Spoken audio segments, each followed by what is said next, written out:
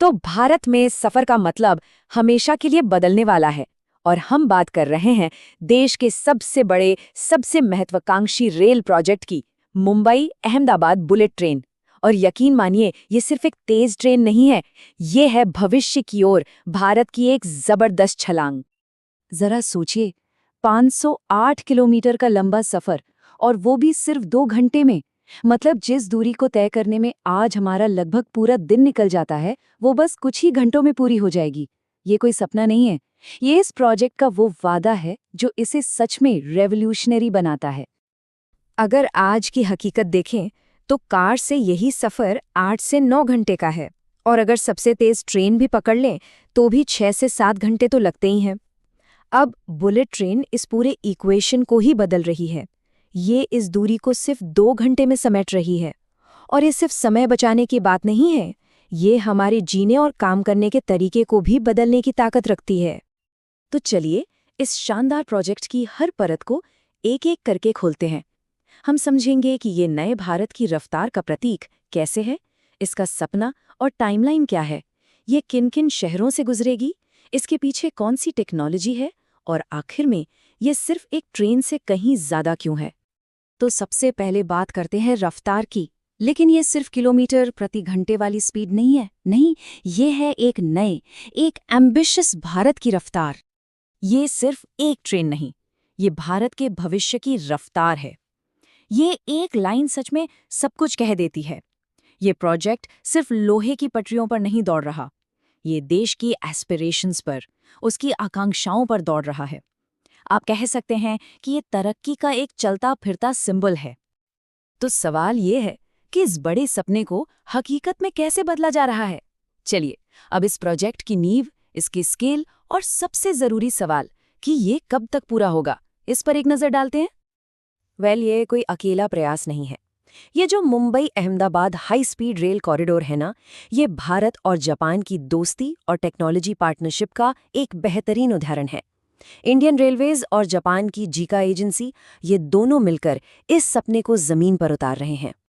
और जरा इसका स्केल तो देखिए, 1,08,000 करोड़ रुपए। यह आंकड़ा इसे भारत के अब तक के सबसे बड़े इंफ्रास्ट्रक्चर प्रोजेक्ट्स में से एक बना देता है। ये सिर्फ लागत नहीं है, ये इस प्रोजेक्ट के पीछे जो नेशनल विल है उसका सबूत है। तो सबसे बड़ा सवाल कि इस ट्रेन में बैठने का मौका कब मिलेगा। काम तो जोरों पर है। पहला सफर, उसका टारगेट है अगस्त 2027, और 2029 तक ये पूरा 508 किलोमीटर का कॉरिडोर देश की सेवा में होगा। मतलब भविष्य अब ज्यादा दूर नहीं है। चलिए, अब जरा इस सफर के नक्शे को देखते हैं। ये ट्रेन आखिर किन किन रास्तों से गुजरेगी और कौन से शहर इस नए कनेक्टिविटी नेटवर्क का हिस्सा बनने वाले हैं। तो ये 508 किलोमीटर लंबा कॉरिडोर देश के 2 सबसे बड़े इकोनॉमिक पावर हाउसेस को सीधे सीधे जोड़ेगा। एक तरफ महाराष्ट्र की राजधानी मुंबई और दूसरी तरफ गुजरात का दिल अहमदाबाद। लेकिन कहानी सिर्फ इन 2 शहरों की नहीं है। इस रूट पर कुल 12 स्टेशन हैं। ठाणे, सूरत, वडोदरा जैसे कई बड़े इंडस्ट्रियल और कमर्शियल हब्स को ये एक दूसरे के बेहद करीब ले आएगी। ये समझिए कि ये एक पूरा इकोनॉमिक कॉरिडोर तैयार कर रही है। और इस प्रोजेक्ट की इंजीनियरिंग, वो तो किसी चमत्कार से कम नहीं है। सोच कर देखिए, भारत की पहली अंडर सी रेल टनल, मतलब बुलेट ट्रेन, समुद्र के नीचे से गुजरेगी। ये इस प्रोजेक्ट की टेक्निकल मास्टरी का सबसे बड़ा सबूत है। ठीक है, तो अब बात करते हैं उस टेक्नोलॉजी की जो इस स्पीड को मुमकिन बना रही है। और ये जापान की वर्ल्ड क्लास इंजीनियरिंग और भारत की बढ़ती आत्मनिर्भरता का एक कमाल का संगम है। इस पूरे प्रोजेक्ट की जान है जापान की लेजेंडरी शिनकानसेन टेक्नोलॉजी। ये कोई नई अनटेस्टेड तकनीक नहीं है, बल्कि दशकों से परखी हुई एक ऐसी सिस्टम है जो आज पूरी दुनिया में हाई स्पीड रेल का दूसरा नाम बन चुकी है। और देखिए, जब बात इतनी रफ्तार की हो तो सेफ्टी सबसे पहले आती है। और शिनकानसेन का 50 साल से भी ज्यादा का इतिहास है, और आज तक एक भी जानलेवा हादसा नहीं हुआ। 0। वजह है इसके डेडिकेटेड ट्रैक्स जिस पर कोई और ट्रेन नहीं चलती, और इसका एडवांस्ड सिग्नलिंग सिस्टम।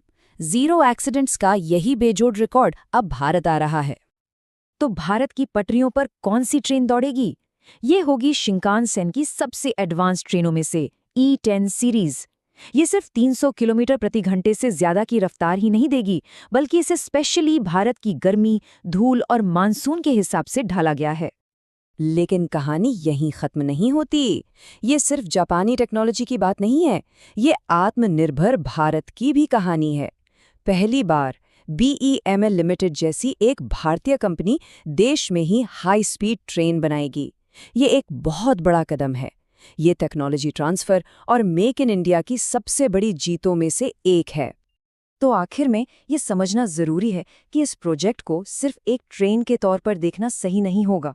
इसका असर हमारी इकोनॉमी पर, हमारे शहरों पर और हमारे भविष्य पर कहीं ज्यादा गहरा होने वाला है। इसका असर हर तरफ दिखेगा।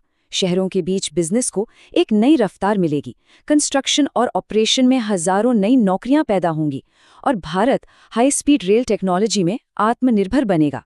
कुल मिलाकर ये एक ऐसा निवेश है जो आने वाली पीढ़ियों के लिए रास्ते बनाएगा।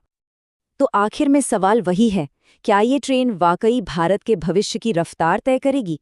शायद इसका जवाब हाँ में ही है, क्योंकि ये सिर्फ पटरियों और स्टेशनों का एक प्रोजेक्ट नहीं है, ये एक नए भारत का ऐलान है। एक ऐसा भारत जो तेज है, आधुनिक है और अपनी मंजिल की ओर पूरी रफ्तार से बढ़ रहा है।